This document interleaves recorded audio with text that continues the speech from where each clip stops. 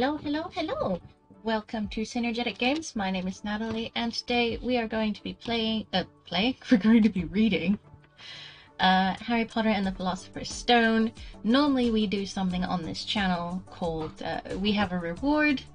It's community story time. You redeem it, you get a couple pages of the story, but you know what?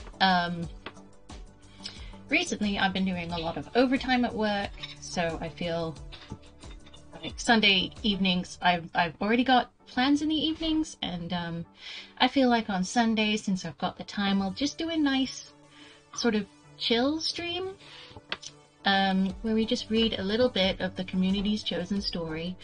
And this is like a two-pronged thing. I've got ulterior motives. A member of the community actually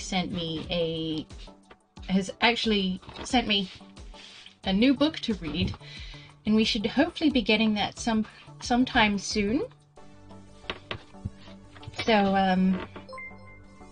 hi! Thank you so much for the follow. Welcome to the community. Billy Stinkart. Welcome, Billy. How are you? You don't like books? Okay, well, you know what? That's... Speeding Vehicle, thank you so much for the follow. Welcome to the stream. You know what? That's moving pictures are always good. Oh, thank you so much for the hydrate. But we are going to be reading today, so luckily you won't have to be reading, but I will. Your screen dances. Well, I mean, I hope it does something. Like, not literally, but as long as it's moving, that's great. Pardon me, I've gotta do... What are you doing? Stream elements, come on.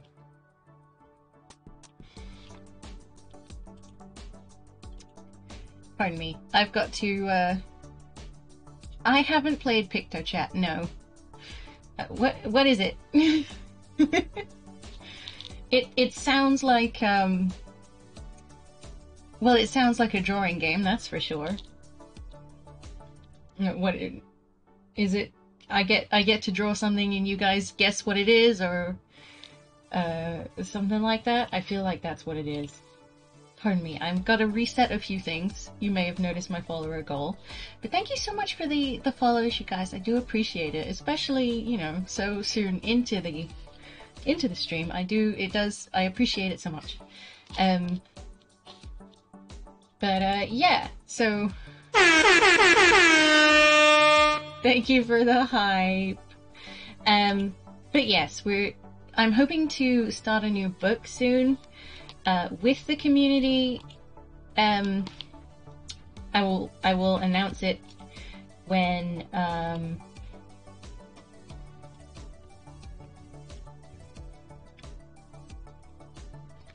the book arrives, and when we finish our old book, which is Harry Potter and the Philosopher's Stone, which we're going to be reading today.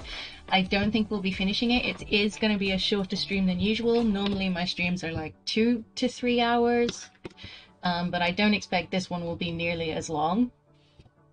So not to worry, sit back and relax, and we will just read a book and chill together, even if you guys are just after some background noise. So when we last left off, we were partway through, oh yeah, we were in we'd started chapter 10, so we've got like 120 pages to go.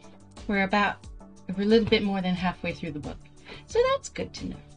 So we started reading as a community, and since last session, we've had a few more community story time redeems. So we're gonna start off where we left off, and just go ahead. So we will not be starting at the beginning of the chapter. So I apologize if you guys feel a bit lost, but we are gonna be starting off where this community left off with the story last time. Okay, so Did something happen to it when Flint blocked him? Seamus whispered. Can't have, Hagrid said, his voice shaking. Can't nothing interfere with a broomstick except powerful dark magic. No kid could do that to a Nimbus 2000. At these words, Hermione seized Hagrid's binoculars, but instead of looking up at Harry, she started looking frantically at the crowd. What are you doing? moaned Ron, grey-faced. I knew it, Hermione gasped. Snape, look! Ron grabbed the binoculars. Snape was in the middle of the stands opposite them. He had his eyes fixed on Harry and was muttering non-stop under his breath. He's doing something, jinxing the broom, said Hermione. What shall we do? Leave it to me. Before Ron could say another word, Hermione had disappeared. Ron turned the binoculars back on Harry. His broom was vibrating so hard it was almost impossible for him to hang on much longer. The whole crowd were on their feet, watching, terrified, as the Weasleys flew up to try and pull Harry safely onto one of their brooms. But it was no good. Every time they got near him, the broom would jump higher still. They dropped lower and circled beneath him, obviously hoping to catch him if he fell. Marcus Flint seized the quaffle and scored 5 times without anyone noticing. Come on, Hermione, Ron muttered desperately. Hermione had found her way across the stand where Snape stood and was now racing along the row behind them. She didn't even stop to say sorry when she knocked Professor Quirrell headfirst into the row in front. Reaching Snape, she crouched down and pulled out her wand and whispered a few well-chosen words. Bright blue flames shot from her wand onto the hem of Snape's robes. It took perhaps 30 seconds for Snape to realize that he was on fire. A sudden yelp told her that she had done her job. Scooping the fire off him onto a little jar in her pocket, she scrambled back along the row. Snape would never know what had happened. It was enough. Up in the air, Harry was suddenly able to clamber onto his broom. Neville, you can look, Ron said. Neville had been sobbing into Hagrid's jacket for the last 5 minutes. Harry was speeding towards the ground when the crowd saw him clap his hand over his mouth as though he were about to be sick. He hit the pitch on all fours, coughed, and something gold fell into his hand. I've got the snitch, he shouted, waving it above his head, and the game ended in complete confusion. He didn't catch it! He nearly swallowed it! Flint was howling 20 minutes later. But it made no difference. Harry hadn't broken any rules, and Lee Jordan was still happily shouting the result. Gryffindor had won by 170 points to 60. Harry heard none of this, though. He was being made a cup of strong tea back in Hagrid's hut, with Ron and Hermione. It was Snape, Ron was explaining. Hermione and I saw him. He was cursing your broomstick, muttering. He wouldn't take his eyes off you. Rubbish, said Hagrid, who hadn't heard a word of what had gone on next to him in the stands. Why would Snape do something like that? Harry, Ron and Hermione looked at each other, wondering what to tell him. Harry decided on the truth. I found out something about him.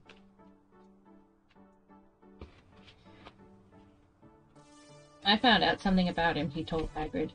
He tried to get past the 3-headed dog on Halloween. It bit him.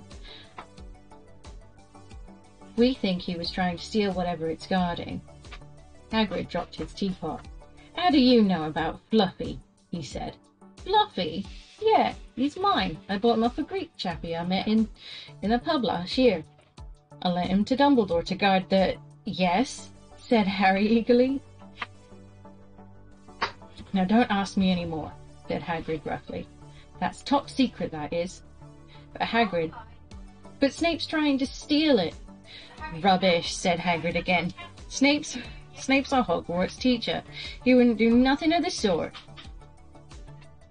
So why did he just try and kill Harry? cried Hermione. The afternoon's events certainly seemed to have changed her mind about Snape. I know a jinx when I see one, Hagrid. I've read all about them. You've got to keep eye contact, and Snape wasn't blinking at all. I saw him.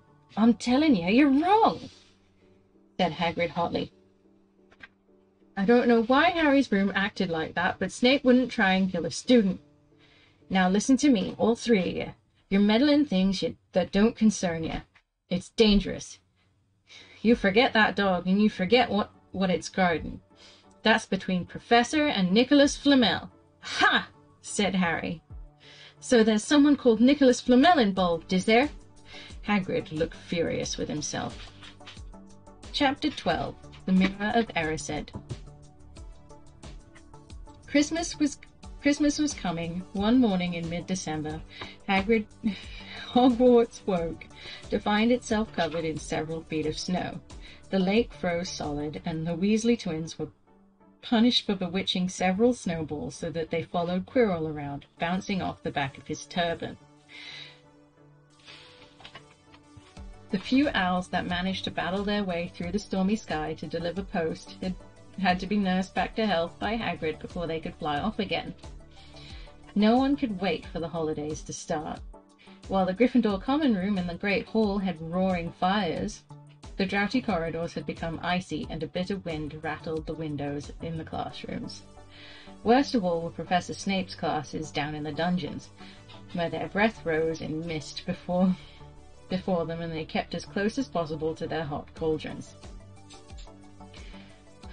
I do feel so sorry, said Draco Malfoy one potions class, for all those people who have to stay at Hogwarts for Christmas because they're not wanted at home.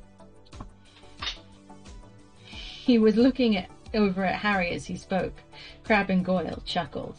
Harry, who was measuring out powdered spine of lionfish, ignored them. Malfoy had been more unpleasant than usual since the Quidditch match. Disgusted that Slytherin had lost. Hi, baby. Sorry, got a cat. There she is. You can see her tail. Hi. Hi. Okay.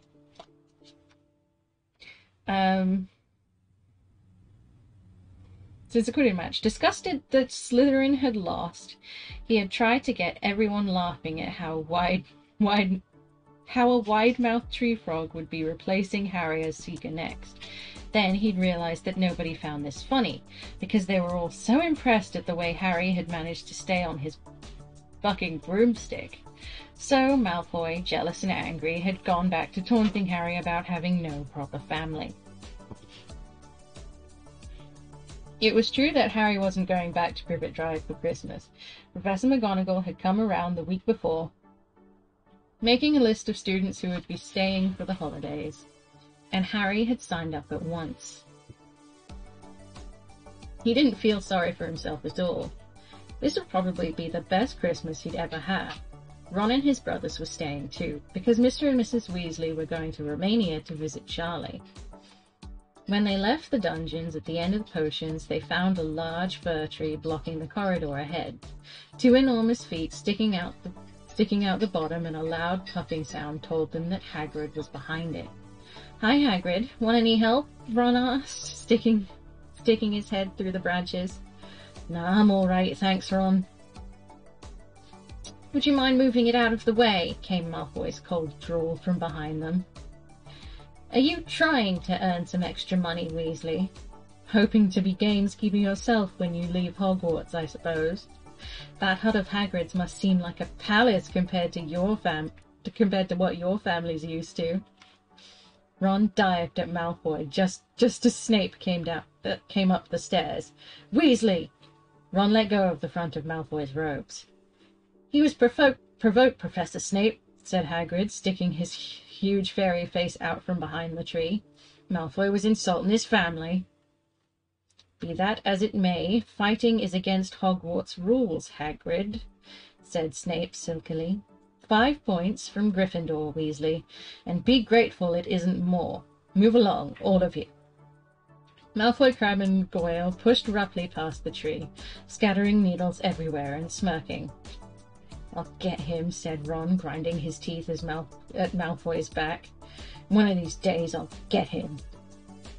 I hate them both, said Harry, Malfoy and Snape. Come on, cheer up, it's nearly Christmas, said Hagrid. Tell you what, come with me and see the Great Hall. It looks looks a treat.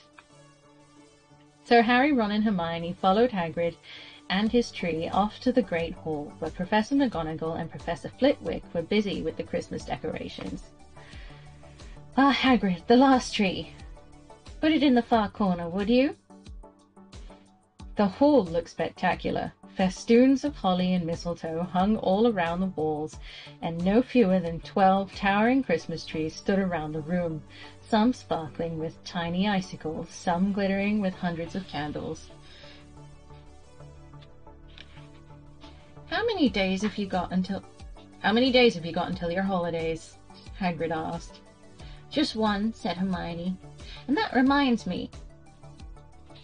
Harry, Ron, we've got half an hour before lunch. We should be in the library.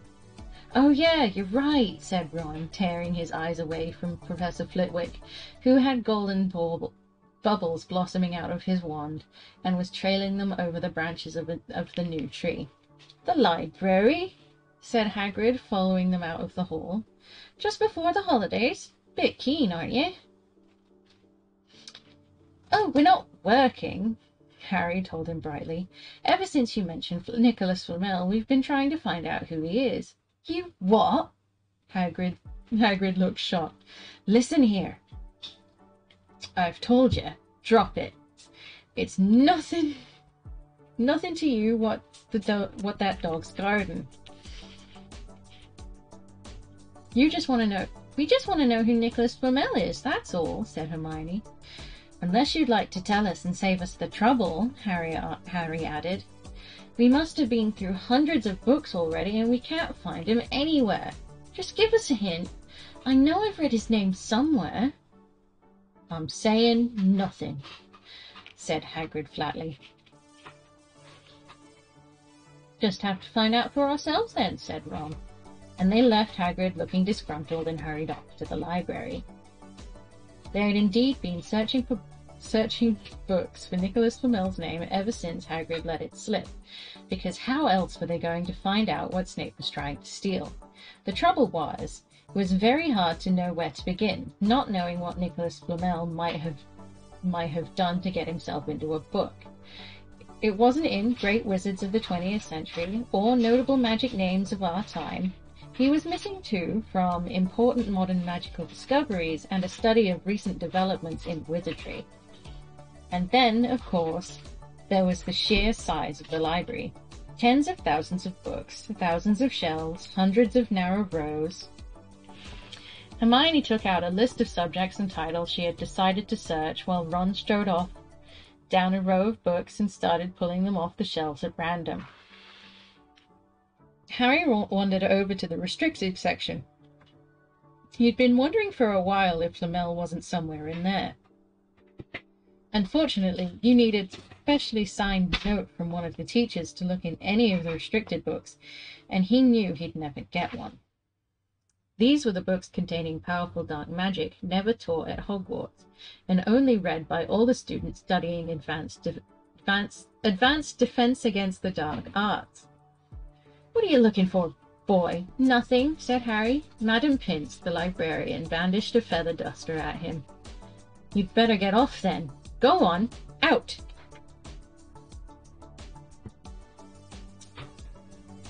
Wishing he'd been a bit quicker at thinking up some story, Harry left the library. He, Ron, and Hermione had already agreed they'd better not ask Madam Pince where they could find Flamel. They were sure she'd be able to tell them, but they couldn't risk Snape hearing what they were up to. Harry waited outside in the corridor to see if the other two had found anything, but he wasn't very hopeful. They'd been looking for a fortnight, after all. But as they only had odd moments between lessons, it wasn't surprising that they found nothing. What they really needed was a nice long search without Madam Pince breathing down their necks. 5 minutes later, Ron and Hermione joined him, shaking their heads. They went off to lunch. You will keep looking while I'm away, won't you? Said Hermione. And send me an owl if you find anything? And you could ask your parents if they know who Flamel is, said Ron. It'd be safe to ask them. Very safe, as they're both dentists, said Hermione. Once the holidays had started, Ron and Harry were having too good a time to think much about Flamel. They had the dormitory to themselves, and the common room was far emptier than usual, so they were able to get the good armchairs by the fire.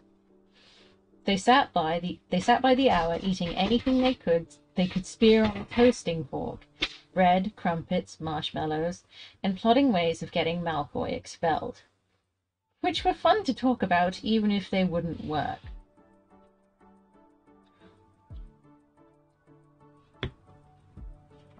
Ron also started teaching Harry wizard chess. This was exactly like Muggle chess, except that the figures were alive, which made it a lot more like directing troops in battle. Ron's set was very old and battered, like everything else he owned. It had once belonged to someone else in his family, in this case his grandfather. However, old chessmen weren't a drawback at all. Ron knew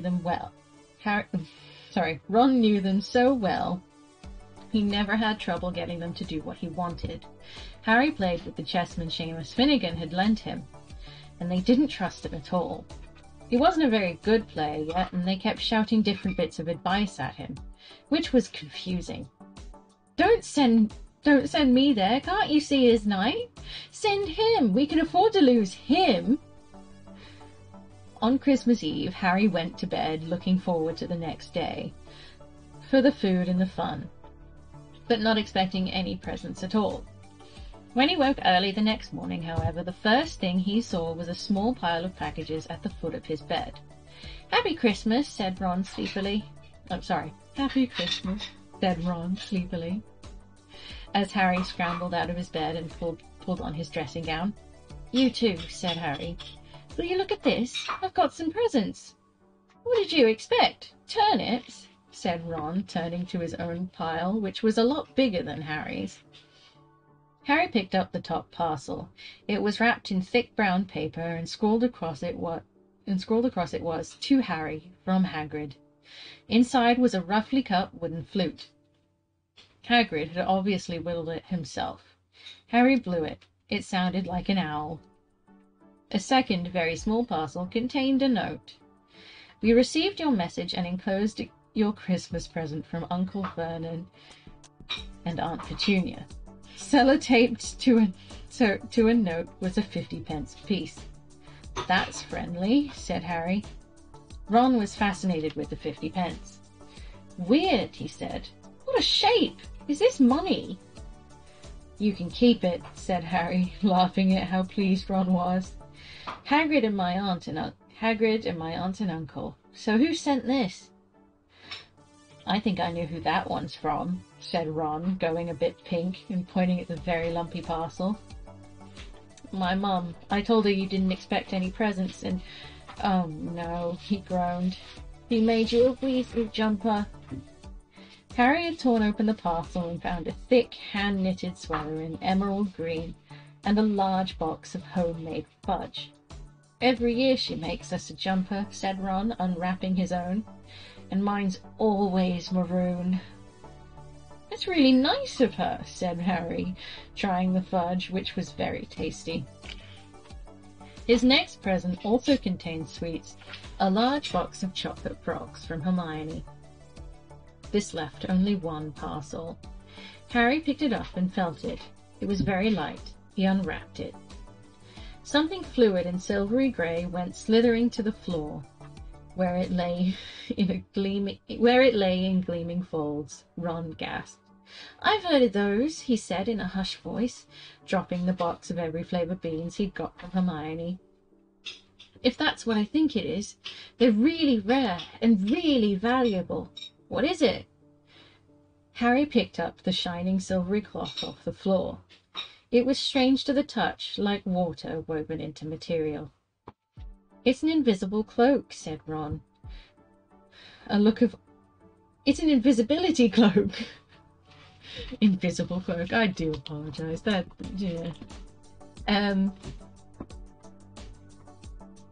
Where was I?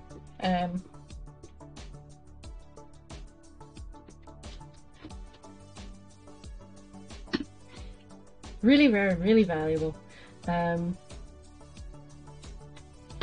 It's an invisibility cloak, said Ron, a look of awe on his face. I'm sure it is. Try it on. Harry threw the cloak around his shoulders, and Ron gave a yell. It is! Look down! Harry looked down at his feet, but they were gone. He dashed to the mirror. Sure enough, his reflection looked back at him. Just his head suspended in mid-air, his body completely invisible. He pulled the cloak over his head, and his reflection vanished completely. There's a note, said Ron suddenly. A note fell out of it. Harry pulled off the cloak and seized the letter, written in narrow, loopy handwriting he had never seen before, with the following words. Your father left this in my possession before he died. It is time it was returned to you. Use it well. A very Merry Christmas to you. There was no signature. Harry stared at the note. Ron was admiring the cloak. I'd give anything for one of these, he said. Anything. What's the matter? Nothing, said Harry. He felt very strange. Who had sent the cloak? Had it really once belonged to his father? Before he could think or say anything else, the dormitory door was flung open, and Fred and George Weasley bounded in. Harry stuffed the cloak quickly out of sight. He didn't feel like sharing it with anyone else yet. Merry Christmas! Hey, look, Harry's got a Weasley jumper too! Fred and George were wearing blue jumpers, one with a large yellow F on it, and the other with a large yellow G. Harry's is better than ours, though, said Fred, holding up Harry's jumper. She obviously makes more effort if you're not family. Why aren't you wearing yours, Ron? George demanded. Come on, get it on. They're lovely and warm. I hate maroon, Ron moaned half-heartedly as he pulled it over his head. You haven't got a letter on yours, George observed. I suppose she thinks you don't forget. Don't forget your name. We're not stupid. We know we're called Gred and Forge. What's all this noise? Percy Weasley stuck his head through the door, looking disapproving. He had clearly come halfway through unwrapping his presents, as he, too, carried a lumpy jumper over his arm, which Fred seized. P for prefect. Sorry. Get it on, Percy. Come on. We're all wearing ours. Even Harry got one. I don't want, said Percy thickly as the twins forced the jumper over his head, knocking his glasses askew. And you're not sitting with the prefects today either, said George. Christmas is a time for family. They frog-marched Percy from the room, his arms pinned to his sides by his jumper. Harry had never in all his life had such a Christmas dinner. 100 fat roast turkeys, mountains of roast and boiled potatoes, platters of fat chipolatas, tureens of buttered peas, silver boats of thick, rich gravy and cranberry sauce, and stacks of wizard crackers every few feet along the table. These fantastic crackers were nothing like the feeble muggle ones the Dursleys usually bought, with their little plastic toys and their flimsy paper hats. Harry pulled a wizard cracker with Fred, and it didn't just bang. It went off with a blast like a cannon and engulfed them all in a cloud of blue smoke.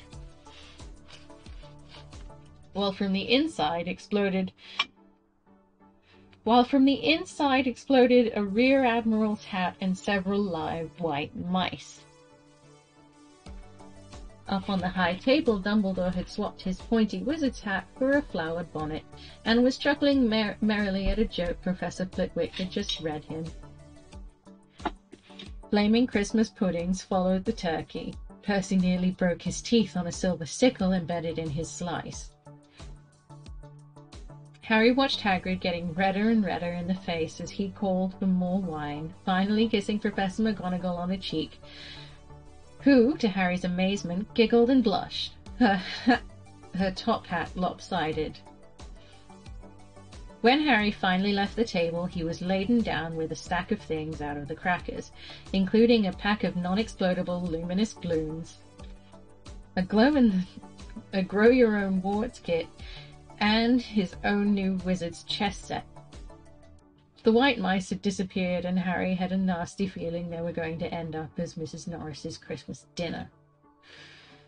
Harry and the Weasleys spent a happy afternoon having a furious snowball fight in the grounds.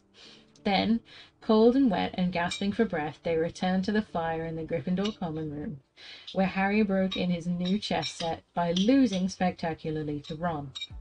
He suspected he wouldn't have lost so badly if Percy hadn't tried to help him so much. After a tea of turkey sandwiches, crumpets, and trifle, and Christmas cake, everyone felt too full and too sleepy to do much before bed except sit and watch Percy chase Fred and George all over Gryffindor Tower because they'd stolen his prefect badge. It had been Harry's best Christmas day ever. Yet something had been nagging at the back of his mind all day. Not until he climbed into bed was he free to think about it. The invisibility cloak and whoever had sent it. Ron, full of turkey and cake and with nothing mysterious to bother him, fell asleep almost as soon as he'd drawn the curtains of his four-poster. Harry leant over the side of his own bed and pulled the cloak out from under it. His father's. This had been his father's. He let the material flow over his hands. Smoother than silk, light as air. Use it well, the note had said. He had to try it now. He slipped out of bed and wrapped the cloak around himself. Looking down at his legs, he saw only the moonlight and shadows. It was a very funny feeling. Use it well. Suddenly, Harry felt wide awake.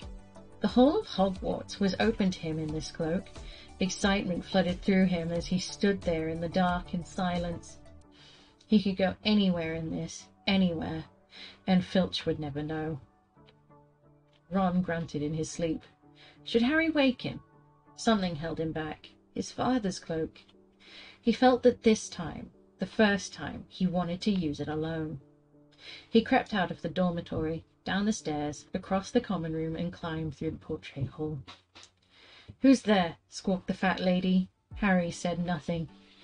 He walked quickly down the corridor. Where should he go? He stopped, his heart racing, and thought. And then it came to him, the restricted section in the library. He'd be able to read as long as he liked, as long as it took to find out who Flamel was. He set off, drawing the invisibility cloak tight around him as he walked. The library was pitch black and very eerie. Harry lit a lamp to see his way along rows of books. The lamp looked as if it was floating along in midair, and even though Harry could see his arm supporting it, the sight gave him the creeps. The restricted section was right at the back of the library. Stepping carefully over the rope which separated these books from the rest of the library, he held up his lamp and read the titles. They didn't tell him much. Their peeling, faded golden letters spelled words in languages Harry couldn't understand. Some had no titles at all. One book had a dark stain on it that looked horribly like blood. The hairs on the back of Harry's neck prickled. Maybe he was imagining it, maybe not, but he thought a faint whispering was coming from the books, as though they knew someone was there who shouldn't be. He had to start somewhere. Setting the lamp down carefully on the floor, he looked along the bottom shelf for an interesting-looking book. A large black and silver volume caught his eye. He pulled it out with difficulty, because it was very heavy, and, balancing it on his knee, let it fall open. A piercing, blood-curdling scream split the silence. The book was screaming. Harry snapped it shut, but the shriek went on and on, one high, unbroken, ear-splitting note. He stumbled backwards and knocked over his lamp, which went which went out at once. Panicking, he heard footsteps coming down the corridor outside.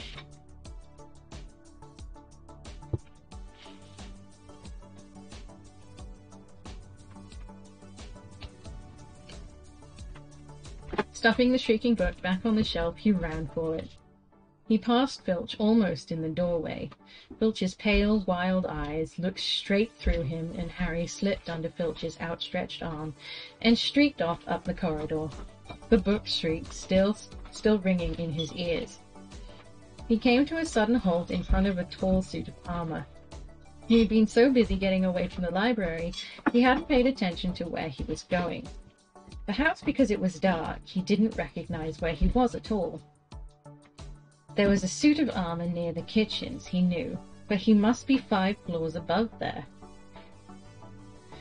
You asked me to come directly to you, Professor, if anyone was wandering around at night, and someone's been in the library. Restricted section. Harry felt the blood drain out of his face. Wherever he was, Filch must know a shortcut, because his soft, greasy voice was getting nearer, and to his horror, it was Snape who replied. The restricted section. Well, they can't be far. We'll catch them. Harry stood rooted to the spot as Filch and Snape came round the corner ahead. They couldn't see him, of course, but it was a narrow corridor, and if they came much nearer, they'd knock right into him. The cloak didn't stop him being solid. He backed away as quietly as he could. A door stood ajar to his left. It was his only hope. He squeezed through it, holding his breath and trying not to move. And to his relief, he managed to get inside the room without their noticing anything. They walked straight past Harry and leant against the wall, breathing deeply, listening to their footsteps dying away. That had been close, very close. It was a few seconds before he noticed anything about the room he had hidden in. It looked like a disused classroom. The dark shapes of desks and the chairs were piled against walls, and there was an upturned waste paper basket. But propped against the wall facing him was something that didn't look as if it belonged there. Something that looked as if someone had just put it there to keep it out of the way. It was a magnificent mirror, as high as the ceiling, with an ornate gold frame, standing on 2 clawed feet. There was an inscription carved around the top. Erised stra eru eut ube kafru eut on wosi. I apologize, I cannot read that, so we're gonna have to deal with it. His panic fading now that there was no sound of Filch and Snape, Harry moved nearer to the mirror, wanting to look at himself, but see no reflection again. He stepped in front of it. He had to clap his hands over his mouth to stop himself screaming. He whirled around, his heart pounding far more furiously than when the book had screamed. For he had seen not only himself in the mirror, but a whole crowd of people standing right behind him. But the room was empty. Breathing very fast, he turned slowly back to the mirror. There he was, reflected in it, white and scared looking, and there, reflected behind him, were at least 10 others. Harry looked over his shoulder, but still no one was there. Or were they all invisible too? Was he, in fact, in a room full of invisible people, and this mirror's trick was that it reflected them, invisible or not?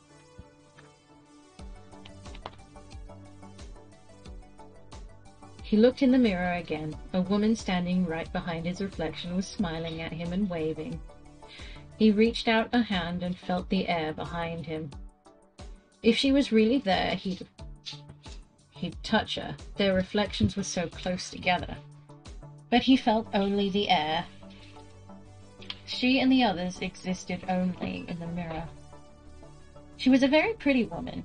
She had dark red hair, and her eyes are just like mine, Harry thought, edging a little closer to the glass. Bright green, exactly the same shape. But then he noticed that she was crying, smiling but crying at the same time. The tall, thin, black-haired man standing next to her put his arm around her. He wore glasses, and his hair was very untidy. It stuck up at the back, just like Harry's did. Harry was so close to the mirror now that his nose was nearly touching that of his reflection. "Mom," he whispered. "Dad?" They just looked at him, smiling. And slowly Harry looked into the faces of the other people in the mirror and saw other pairs of green eyes like his, other noses like his, even a little old man who looked as though he had Harry's knobbly knee. Harry was looking at his family for the first time in his life. The Potter smiled and waved at Harry as he stared hungrily back at them, his hands pressed flat against the glass as though he was hoping to fall right through it and reach them. He had a powerful kind of ache inside him, half joy, half terrible sadness. How long he stood there he didn't know. The reflections did not fade, and he looked and looked until a distant noise brought him back to his senses. He couldn't stay here. He had to find his way back to bed. He tore his eyes away from his mother's face, whispered, "I'll come back," and hurried from the room. "You could have woken me up," said Ron crossly. "You can come tonight. I'm going back. I want to show you the mirror." "I'd like to see your mom and dad," Ron said eagerly. And I want to see all your family, all the Weasleys. You'll be able to show me your other brothers and everyone." "You can see them any old time," said Ron. "Just come round my house this summer. Anyway, maybe it only shows dead people. Shame about not finding Flamel, though. Have some bacon or something. Why aren't you eating anything?" Harry couldn't eat.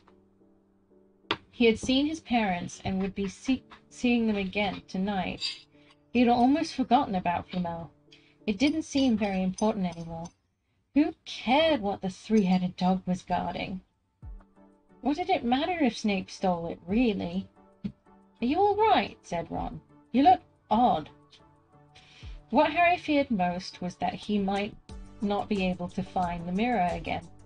With Ron covered in the cloak too, they had to walk much more slowly the next night. They tried retracing Harry's walk from the library, wandering around the dark passageways for nearly an hour. "Freezing," said Ron. "Let's forget it and go back."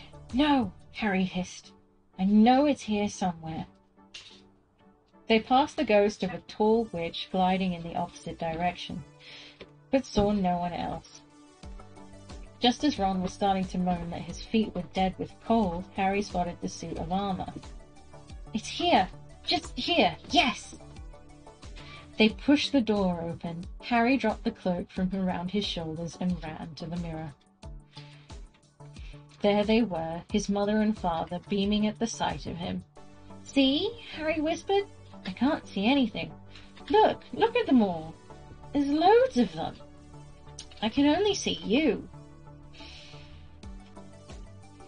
"Look in it properly. Go on, stand where I am." Harry stepped aside, but with Ron in front of the mirror, he couldn't see his family anymore. Just Ron in his paisley pajamas. Ron, though, was staring, transfixed at his image. "Look at me," he said. "Can you see all your family standing around you?" "No, I'm alone, but I'm different. I look older, and I'm a head boy." "What?" I'm wearing the badge like Bill used to, and I'm holding the Quidditch cup and I'm holding the house cup and the Quidditch cup. I'm Quidditch captain, too! Ron tore his eyes away from this splendid sight to look excitedly at Harry. Do you think this mirror shows the future? How can it? All my family are dead.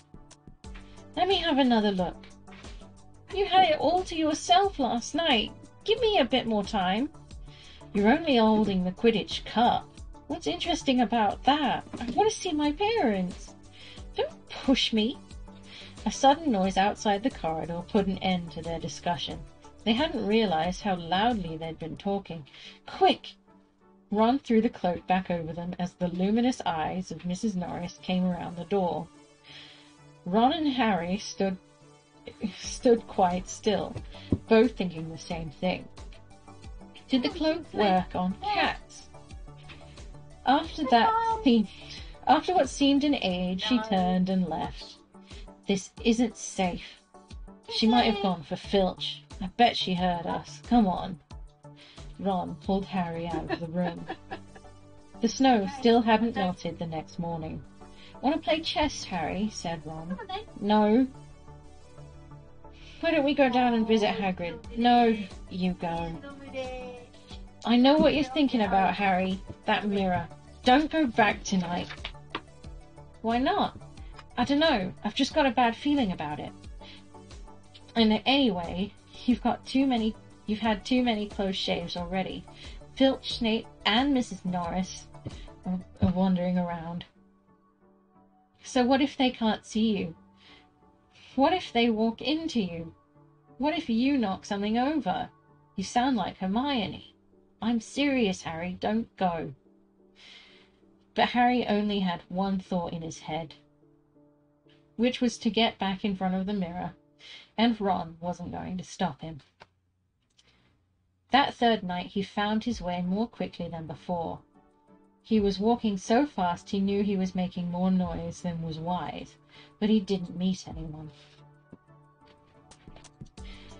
And there were his mother and father smiling at him again, and one of his grandfathers nodding happily. Harry sank down to sit on the floor in front of the mirror. There was nothing to stop him staying there all night with his family. Nothing at all, except, "So, back again, Harry." Harry felt as though his insides had turned to ice. He looked behind him. Sitting on one of the old desks by the wall was none other than Albus Dumbledore. Harry must have walked straight past him, so desperate to get to the mirror he hadn't noticed him. I didn't see you, sir." "Strange how short-sighted being invisible can make you," said Dumbledore, and Harry was relieved to see him smiling. "So," said Dumbledore, slipping off the desk to sit on the floor with Harry, "you, like hundreds before you, have discovered the delights of the Mirror of Erised." "I didn't know it was called that, sir. But I expect you've realized by now what it does. It shows me my family. And it showed your friend Ron himself as head boy. How did you know?" "I don't need a cloak to become invisible," said Dumbledore gently. "Now, can you think of what the Mirror of Erised shows us all?" Harry shook his head. "Let me explain. The happiest man on earth would be able to use the Mirror of Erised like a normal mirror. That is, he would look into it and see himself exactly as he is. Does that help?" Harry thought. "Then," he said slowly, "it shows us what we want, whatever we want?" "Yes and no," said Dumbledore quietly. "It shows us nothing more or less than the deepest, most desperate desire of our hearts. You, who have never known your family, see them standing around you. Ronald Weasley, who has been overshadowed by his brothers, sees himself standing alone, the best of all of them. However, this mirror will give us neither knowledge or truth. Men have wasted away before it, entranced by what they have seen. or being driven mad, not knowing if what it shows is real or even possible. The mirror will be moved to a new home tomorrow, Harry, and I ask that you not go looking for it again. If you ever do run across it, you will now be prepared. It does not do to dwell on dreams and forget to live. Remember that. Now, why don't you put that admirable cloak back on and get off to bed? Harry stood up. Sir, Professor Dumbledore, can I ask you something? Obviously, you've just done so, Dumbledore smiled. You may ask me one more thing, however. What do you see when you look in the mirror? I see myself holding a pair of thick woolen socks. Harry stared. One can never have enough socks, said Dumbledore. Another Christmas has come and gone, and I didn't get a single pair. Hi, Starbreeze, how are you? People will insist on giving me books. Indeed, it is Harry Potter story time. It was only when he was back in bed that it struck Harry that Dumbledore might not have been quite truthful. But then he thought, as he shoved Scabbers off his pillow, it had been quite a personal question. I'm good. Just relaxing. We'll probably be reading for maybe another half an hour or so. I don't want to be up too late because I've got to get up early for work. But we're doing great. We finished the Quidditch chapter. We've just finished the Mirror of Erised, and now we are on to chapter 13. Nicholas Flamel.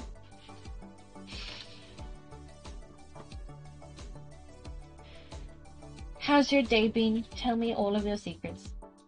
I'm always interested in knowing your secrets. It's just that nobody ever tells me them, and I feel left out. So, you know, I just thought, it was a thought. I would, just put it out there. If anybody's got any secrets, I would like to know them. Dumbledore had convinced Harry not to go looking for the Mirror of Erised again for the rest of the Christmas holidays. The invisibility cloak stayed folded at the bottom of his trunk. Harry wished he could forget what he'd seen in the mirror as easily, but he couldn't. He started having nightmares. Over and over again he dreamed about his parents disappearing in a flash of green light, while a high voice cackled with laughter. You see, Dumbledore was right. The mirror could drive you mad. You see, Dumbledore was right. The mirror could drive you mad, said Ron, when Harry told him about these dreams. Hermione, who came back the day before term started, took a different view of things. She was torn between horror at the idea of Harry being out of bed, roaming the school 3 nights in a row. If Filch had caught you! And disappointment that he hadn't at least found out who Nicholas Flamel was. They had almost given up hope of ever finding Flamel in a library book, even though Harry was still sure he'd read the name somewhere. Once term had started, they were back to skimming through books for 10 minutes during their breaks. Harry had even less time than the other two because Quidditch practice had started again. Wood was working the team harder than ever. Even the endless rain that had replaced the snow couldn't dampen his spirits. The Weasleys complained that Wood was becoming a fanatic, but Harry was on Wood's side. If they won their next match against Hufflepuff, they would overtake Slytherin in the House Championship for the first time in 7 years. Quite apart from wanting to win, Harry found that he had fewer nightmares when he was tired after training. Then, during one particularly wet and muddy practice session, Wood gave the team a bit of bad news.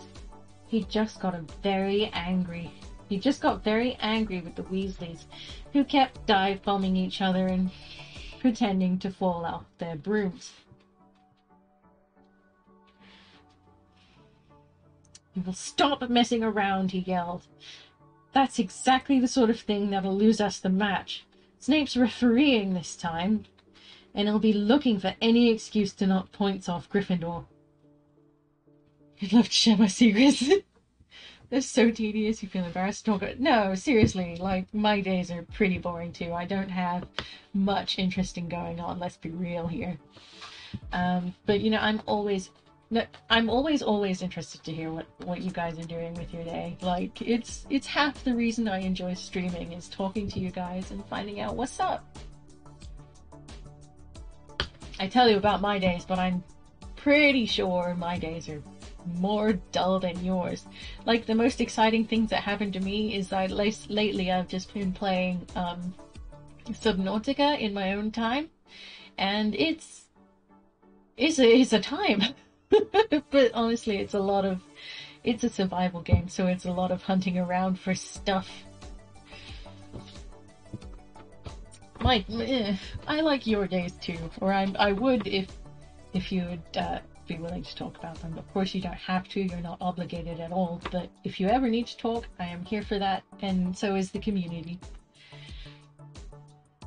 But if so, I just like having you around, that's all. You know, you're one of my oldest, most active community members, and it is always a pleasure to talk to you and have you around. Even if you don't talk too much, that's fine. It's nice to know that you're there and hanging out is good. I enjoy knowing that you're there. You're a VIP for a reason. That's all I've got to say about that.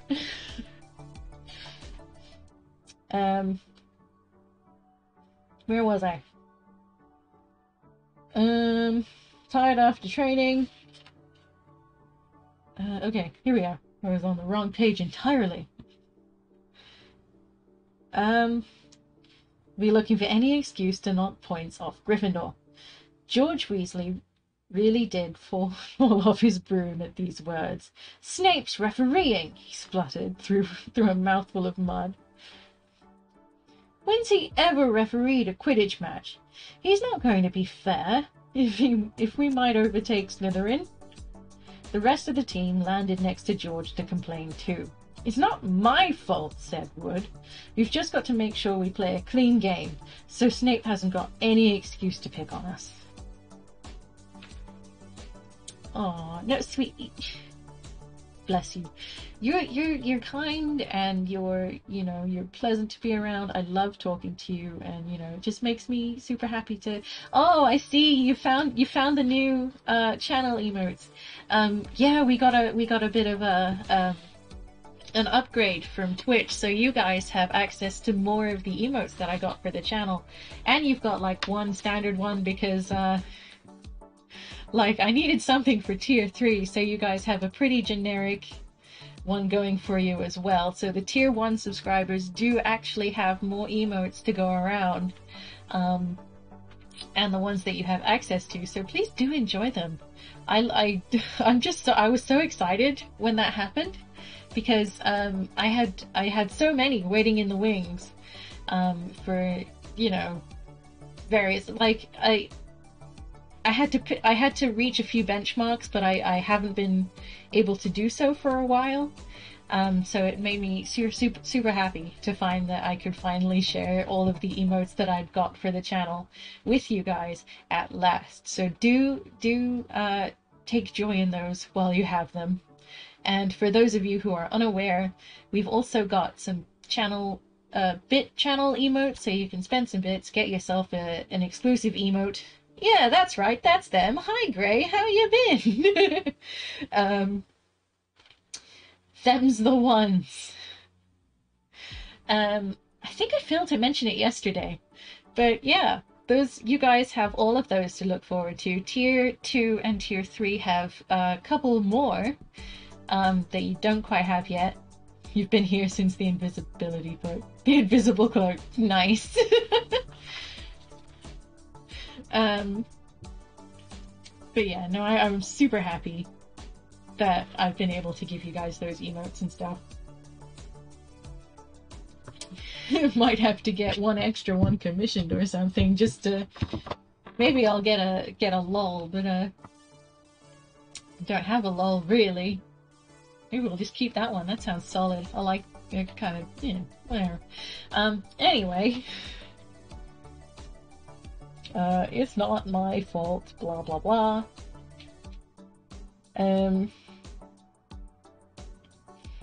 Yeah, it's not my fault, said Wood. If we just have to make sure we play a clean game so Snape hasn't got any excuse to pick on us. Which was all very well, thought Harry. But he had another reason for not wanting Snape near him while he was playing Quidditch. The rest of the team hung back to talk to each other as usual at the end of practice, but Harry headed straight to the Gryffindor common room where he found Ron and Hermione playing chess. Chess was the only thing Hermione had ever lost at, something Harry and Ron thought was very good for her.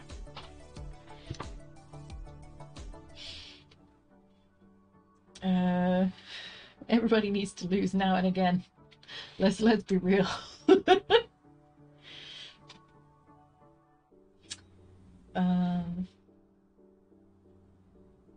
Don't talk to me for a moment, said Ron when Harry sat down next to him. I need to He caught the sight of Harry's face. What's the matter with you? You look terrible. Speaking quietly so that no one else would hear, Harry told the other two about Snape's sudden, sinister desire to be a Quidditch referee. Don't play, said Hermione at once. Say you're ill, said Ron. Pretend to break your leg, Hermione suggested.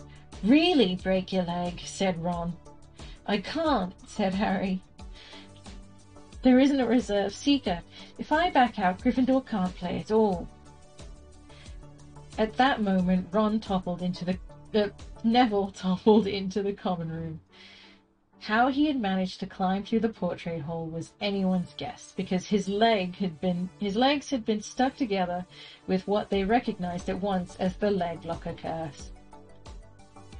He must have had to bunny hop all the way up to Gryffindor Tower. Everyone fell about laughing, except Hermione, who leapt up to perform the counter curse. Ron's legs sprang apart, and he got to his feet, trembling. What happened? Hermione asked him, leading him over to sit with Harry and Ron. Malfoy, said Neville shakily. I met him outside the library. He said he'd been looking for someone to practice that on. Go to Professor McGonagall's, Hermione urged Neville. Report him. Neville shook his head. I don't want more trouble, he mumbled. You've got to stand up to him, Neville, said Ron. He's used to walking all over people, but that's no reason to lie down in front of him and make it easier. There's no need to tell me I'm not brave enough to be in Gryffindor. Malfoy's already done that, Neville choked. Harry felt in the pocket of his old robes and pulled out a chocolate frog, the very last one from the box Hermione had given him for Christmas. He gave it to Neville, who looked as though he might cry. You're worth 12 of Malfoy, Harry said. The Sorting Hat chose you for Gryffindor, didn't it? And where's Malfoy? In stinking Slytherin. Neville's lips twitched into a weak smile as he unwrapped the frog. Thanks, Harry. I think I'll go to bed. Do you want the card? You collect them, don't you? As Neville walked away, Harry looked at the famous wizard card. Dumbledore again, he said. He was the first one I ever... He gasped. He stared at the back of the card, then looked up at Ron and Hermione. I found him, he whispered. I found Flamel. I told you I'd read the name somewhere before. I read it on the train coming here. Listen to this. Professor Dumbledore is particularly famous for his defeat of the Dark Wizard Grindelwald in 1945, for the discovery of the 12 uses of dragon blood and his work on alchemy with his partner Nicholas Flamel. Hermione jumped to her feet. She hadn't looked so excited since they got back the marks for their first piece of homework. Stay here, she said, and sprinted up the stairs to the girls' dormitories. Harry and Ron had barely had time to exchange mystified looks before she was dashing back down, an enormous old book in her arms. "I never thought to look in here," she whispered excitedly. "I got this out of the library weeks ago for a bit of light reading."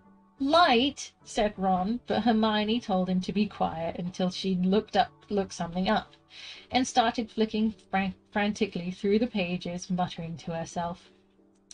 At last she found what she was looking for. "I knew it! I knew it!" "Are we allowed to speak yet?" said Ron grumpily. Hermione ignored him. "Nicholas Flamel," she whispered dramatically, "is the only known maker of the Philosopher's Stone." This didn't have quite the effect she expected. "The what?" said Harry and Ron. "Oh, honestly, don't you two read? Look, read that, there." She pushed the book towards them, and Harry and Ron read.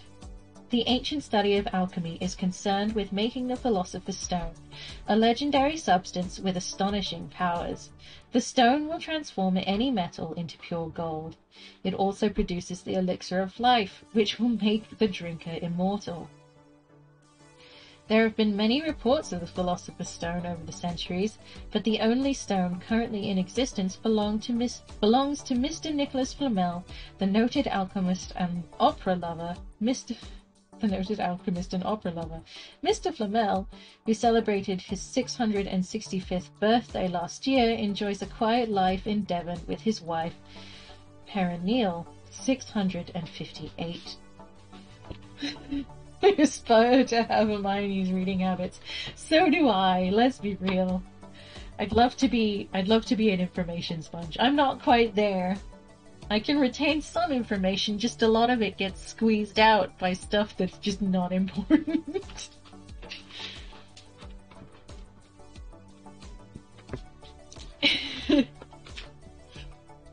You're sadly a sponge for me, but well, at least one of us is. I hope you remember every single word of this book.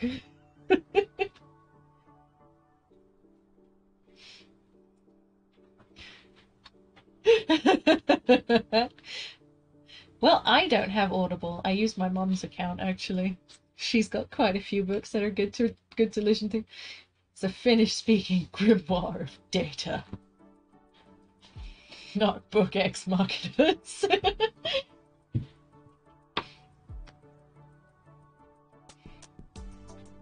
Audible is good. If you can subscribe to it, you do get the occasional free books, because you get like credits or tokens or whatever they're called, and you can get a free book every now and again. But it is a subscription-based thing, so there's that. I think it's a subscription-based thing. You definitely have to buy the books. So I don't know, but if you've got time to like listen to stuff but not necessarily time to actively read, then it's definitely a good thing to have. Like, I do it when I'm at work because I've got an active job, but I usually do it alone, so I'm left to my own devices. So which means it is a subscription. Yeah, like, to be fair, how many books are you gonna get through in a month? Like, just make it worth it.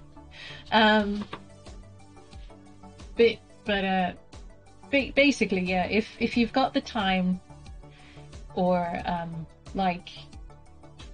or if you're busy but you're not interacting with anyone, it's a great, if you're on your own and you want to relax or whatever.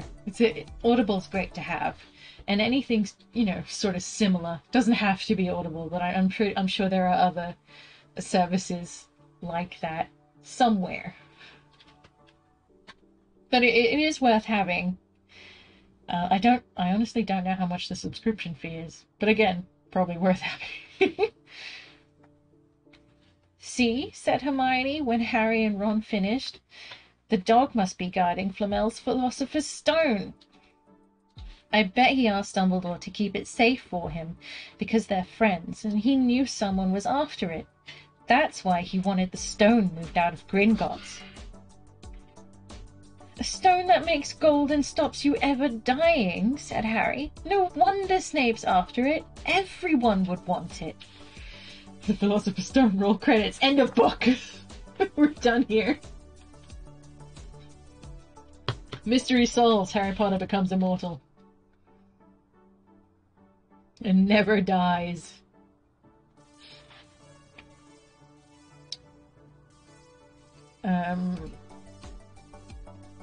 What are we doing? Okay, we're on this page. And no wonder we couldn't find it. I couldn't find Flamel in the study of recent developments in wizardry, said Ron. He's not exactly recent if he's 665, is he? Next morning, in Defense Against the Dark Arts, while copying down different ways of treating werewolf bites, Harry and Ron were still discussing what they'd do with the Philosopher's Stone if they had one. It wasn't until Ron said that he'd buy his own Quidditch team that Harry remembered about Snape and the coming match. I'm going to play, he told Ron and Hermione. If I don't, all the Slytherins will think I'm just too scared to face Snape. I'll show them. It'll really wipe the smiles off their faces if we win. Just as long as we're not wiping you off the pitch, said Hermione. As the match drew nearer, however, Harry became more and more nervous. Whatever he told Ron and Hermione, the rest of the team weren't too calm either. The idea of overtaking Slytherin in the House Championship was wonderful. No one had done it for nearly 7 years. But would they be allowed to, with such a biased referee? Harry didn't know whether he was imagining it or not, but he seemed to keep running into Snape wherever he went. At times he even wondered whether Snape was following him, trying to catch him on his own. Potions lessons were turning into a sort of weekly torture. Snape was so horrible to Harry. Could Snape possibly know they'd found out about the Philosopher's Stone? Harry didn't see how he could, yet sometimes he had a horrible feeling that Snape could read minds. Harry knew when they wished him good luck outside the changing rooms the next afternoon that Ron and Hermione were wondering whether they'd see him alive again. This wasn't what you'd call comforting. Harry hardly heard a word of Wood's pep talk as he pulled on his Quidditch robes and picked up his Nimbus 2000. Ron and Hermione, meanwhile, found their place in the stands next to Neville, who couldn't understand why they looked so grim and worried, or why they had both brought their wands to the match. Little did Harry know that Ron and Hermione had been secretly practicing the leg locker curse. They'd got the idea from Malfoy using it on Neville. They were ready to use it on Snape if he showed any signs of wanting to hurt Harry. Now, don't forget, it's locomotor mortis, said Hermione. Hermione muttered as Ron slipped his wand into his sleeve. I know, said Ron snapped. Don't nag. Back in the changing room, Wood had taken Harry aside. Don't want to pressure you, Potter, but if we ever need an early capture of the snitch, it's now. Finish the game before Snape can favour Hufflepuff too much. The whole school's out there. The whole school's out there, said Fred Weasley, peering out of the door. Even, blimey, Dumbledore's come to watch. Harry's heart did a somersault. Another thing that annoys me about the books, at literally no point do Ron and Hermione have any romantic interactions that lead us to think, will they, won't they? Yet they end up together in the end. Zero investment in that relationship. To be fair, it doesn't seem like there's a lot in the way of romance. In the film, Harry and Ginny's relationship is complete garbage. It's very poorly telegraphed. It's better in the books, but only marginally. But there's a lot of like unspoken jealousy What's the deal with wands? Um, like, what are the rules? They explain some of the rules. It's a big thing in like the last book. But essentially, I feel like wands are like semi-sentient beings. They're ruled by feelings, if not necessarily thought.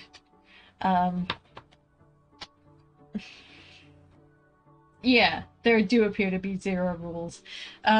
It cannot be said that there's a decent amount of world building and stuff, but there's not. It's pretty nonsensical in like the political sense and like the mechanic in the mechanics of magic, I suppose. There's very few hard magic rules, which makes sense. I need this to happen so suck it up. But yeah, like the thing is, it might have been a case that like there was no good place to put it. There are definitely times when I've written a story where I've desperately wanted to say something and haven't found a good place to put it without it being like ham-fisted information dumps or whatever, or without going on a massive tangent. It really depends, but it also depends on the kind of like there's no game. And yeah, this is true. It is all there. All the information you need in Lord of the Rings is there. Yes, there might be a bit too much lore. I'm pretty convinced in the first book that they tell the same story 3 times by 3 different people, with slightly different perspectives. But so like, there's a thing in fiction called like hard magic rules and like soft magic rules, and I feel like Harry Potter comes under soft magic because it's not very well defined and it's very much it's convenient, so we're gonna say it works like this. But like hard magic would be something like Avatar: The Last Airbender, where all the moves are set, it's all set, there's a history, there's a way it works, there's like moves and lore and everything. I would call that a hard magic set, to be honest with you. Everything is very well defined. I honestly don't know if Terry Pratchett is a hard magic setting or a soft magic setting. I don't read enough of Terry Pratchett to figure that one out.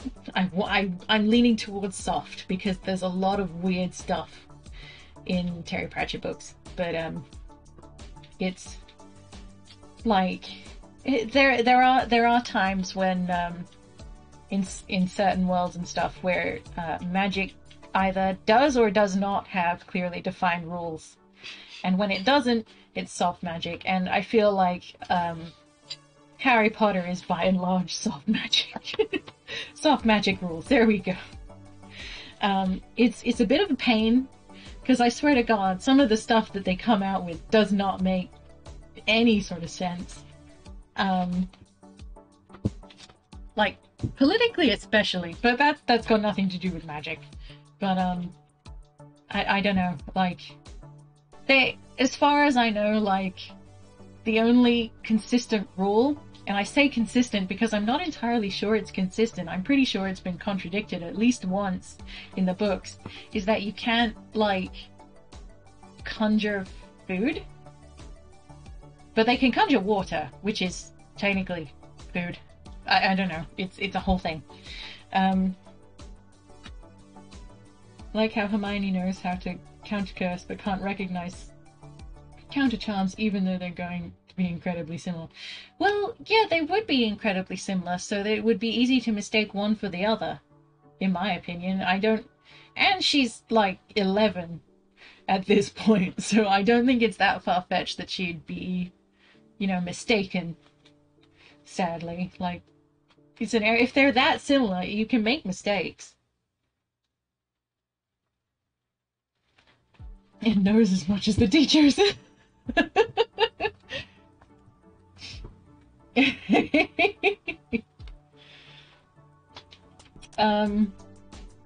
Where are we? Don't nag. Before Snape can favour Hufflepuff too much. The whole school's out there. Dumbledore's there. Harry's heart did a somersault. Dumbledore, he said, dashing to the door to make sure. Fred was right. There was no mistaking that silver beard. Harry could have laughed out loud with relief. He was safe. There was simply no way that Snape would dare try and hurt him if Dumbledore was watching.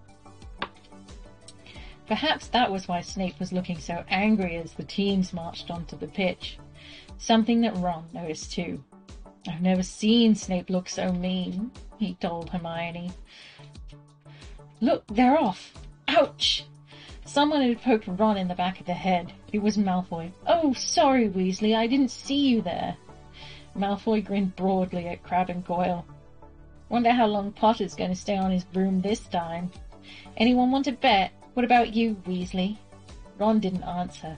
Snape had just awarded Hufflepuff a penalty because George Weasley had hit a bludger at him. Hermione, who had all her fingers crossed in her lap, was squinting fixedly at Harry, who was circling the game like a hawk, looking for the snitch. "You know, I think they chose people for the Gryffindor... You know how I think they chose people for the Gryffindor team?" said Malfoy loudly a few minutes later as Snape awarded Hufflepuff another penalty for no reason at all.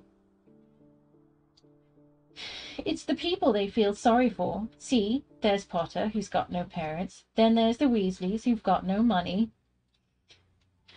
You should be on the team, Longbottom.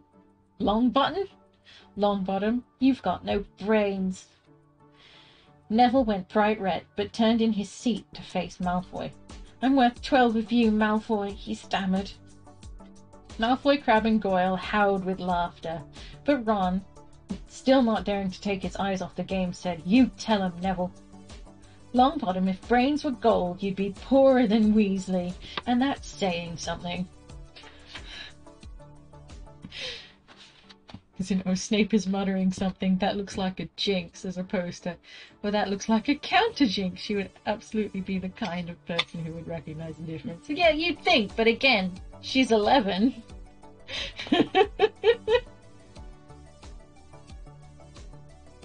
And she thinks she knows all the things, but she doesn't know all the things. She's 11.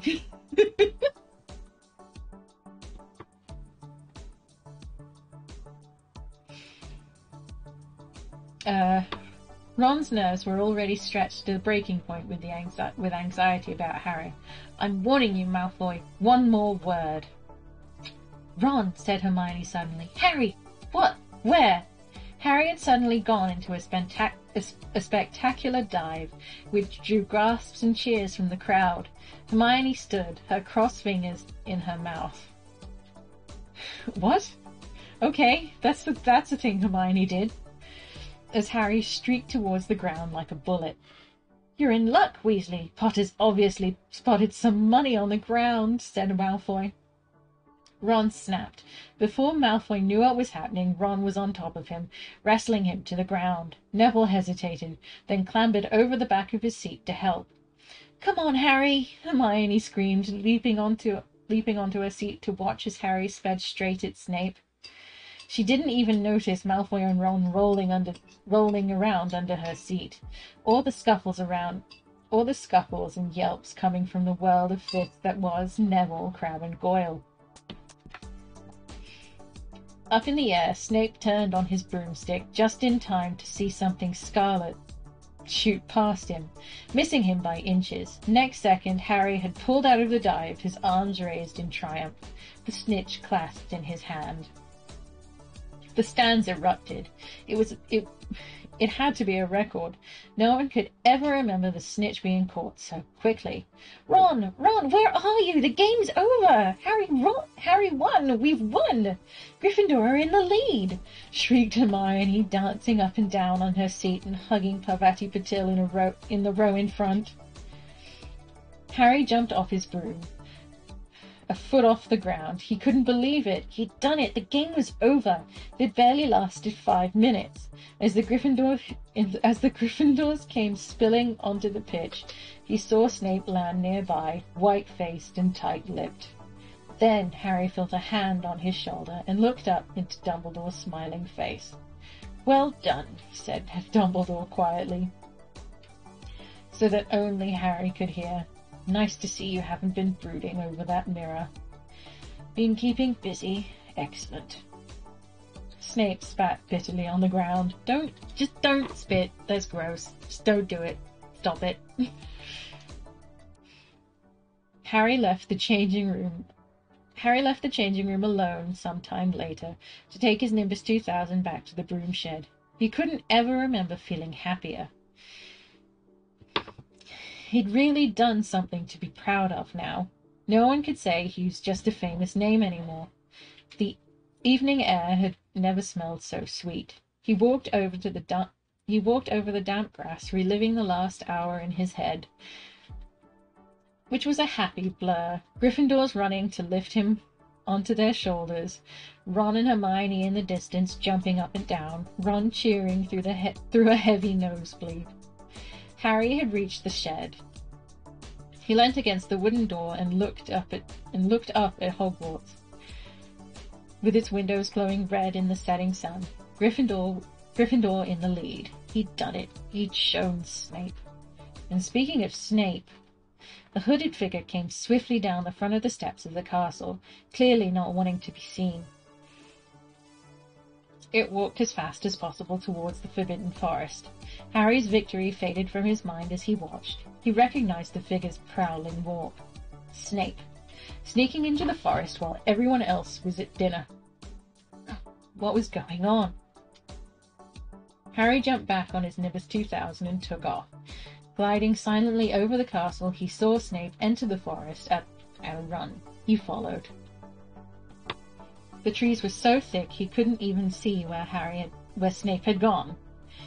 He flew in circles, lower and lower, brushing the top of the branches until he heard voices. He glided towards them and landed noiselessly in a towering beech tree. He climbed carefully along one of the branches, holding tight to his broomstick, trying to see through the leaves. Below, in a shadowy clearing, stood Snape. But he wasn't alone. Quirrell was there too. Harry couldn't make out the look on his face, but he was stuttering worse than ever. Harry strained to catch what they were saying. "Don't know what you wanted to talk to me. Why you wanted to meet here of all places, Severus." "Oh, I thought we'd keep this private," said Snape, his voice icy. "Students aren't supposed to know about the Philosopher's Stone, after all." Harry leant forward. Quirrell was mumbling something. Snape interrupted him. Have you found out how to get past that beast of Hagrid's yet?" But Severus, "You don't want me as your enemy, Quirrell," said Snape, taking a step towards him. I don't know what you... "You know perfectly well what I mean." An owl hooted loudly, and Harry nearly fell out of the tree. He steadied himself in time to hear Snape say, "Your little bit of hocus-pocus. I'm waiting." But I don't... "Very well," Snape cut in. "We'll have another little chat soon, when you've had time to think things over and decided where your loyalties lie." He threw his cloak over his head and strode out of the clearing. It was almost dark now, but Harry could see Quirrell standing quite still as though he was petrified. "Harry, where have you been?" Hermione squeaked. We won! We won! We won!" shouted Ron, thumping Harry on the back. "And I gave Malfoy a black eye, and Neville tried to take on Crabbe and Goyle single-handed. He's out cold, but Madame Pomfrey said he'll be all right. Talk about showing Slytherin. Everyone's waiting for you in the common room. We're having a party. Fred and George stole some cakes and stuff from the kitchens." Never mind that now, said Harry breathlessly. Let's find an empty room. Wait till you hear this. He made sure Peeves wasn't inside before shutting the door behind them, when he told them what he'd seen and heard. So we were right. It is the Philosopher's Stone, and Snape's trying to force Quirrell to help him get it. He asked if he knew how to get past Fluffy. And he said something about Quirrell's hocus pocus. I reckon there were other things guarding the stone apart from Fluffy. Loads of enchantments, probably, and Quirrell would have done some anti-dark magic spell which Snape needs to break through. So you mean the stone's only safe as long as Quirrell stands up to Snape? Said Hermione in alarm. It'll be gone by next Tuesday, said Ron. This crap right there. Goddamn, what happened to these kids? Yeah, it is very very convenient, the amount of eavesdropping they can do, and just being in the right place at the right time. You guys, look. My kiddo. It's my kitty. Where's she be? Is she doing a snooze? Look at her little feetsies. This is Iggy.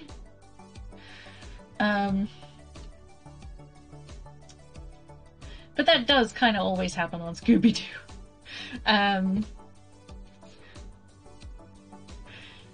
But like, she's just doing a snooze. I can't move the camera really that much further, but I really would. She's got like little white whiskers. It's really hard to tell.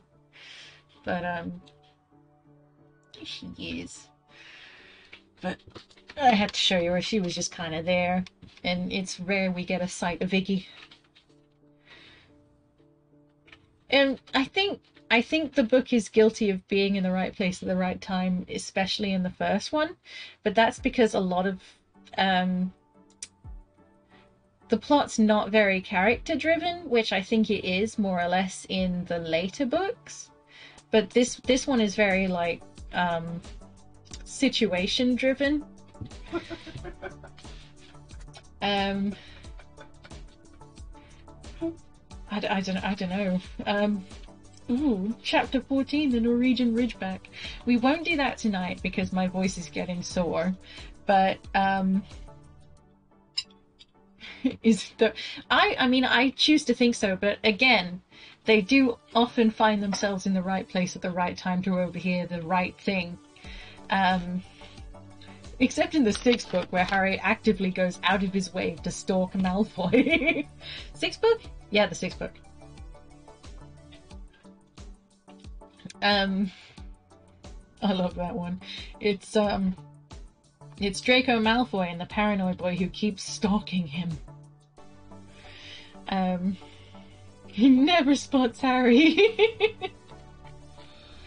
I quite enjoyed that chapter, actually. It's very different from the book, so...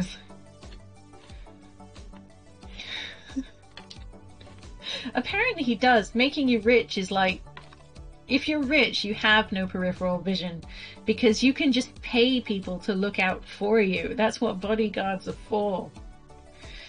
Like, you just get tunnel vision once you've got money. It's just natural. Or a sense of someone watching you. Yeah.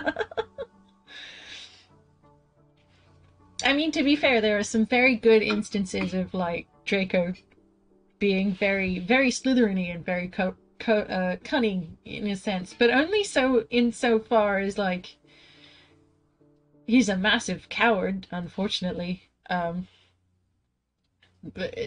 he has his moments of brilliance, which I do appreciate Draco Malfoy for. Anyway, so I'm gonna leave it here. I will see you guys tomorrow for us. And the whole series of books is just like, if you're in Slytherin, you're evil. Basically, yeah. I'm according to Pottermore, I am a Slytherin, and I don't think I'm a bad person. I'm just not like, I'm not confrontational in the way that, say, a Gryffindor would be. But I'm going to leave it here. We'll be back tomorrow with our stream as normal. Hopefully I won't be doing any more overtime anytime soon. So I will see you at the normal time, and we will go out through the weekend. But this does mean that story time will be... we won't have any weekend story times, but maybe when we finish The Walking Dead, we will finish Harry Potter on Fridays. And then I will make a new little panel for community story time about this new book that Chopper has given us to read as a community. So when we do start that book, they make sure to drop him a thank you and stuff when we do story times. As far as I know, I've not read it, and I don't know how you guys feel about it, but we'll see. It should be a lot of fun. But yes, anyway, thank you for popping by. I will see you guys next time for some Final Fantasy VII on Monday. If it is not your bedtime, have a great time zone, and if it is, sleep well when you go. Thank you for spending time with me and being here and everything. And I will leave you to it. So, good night, guys. Bye-bye.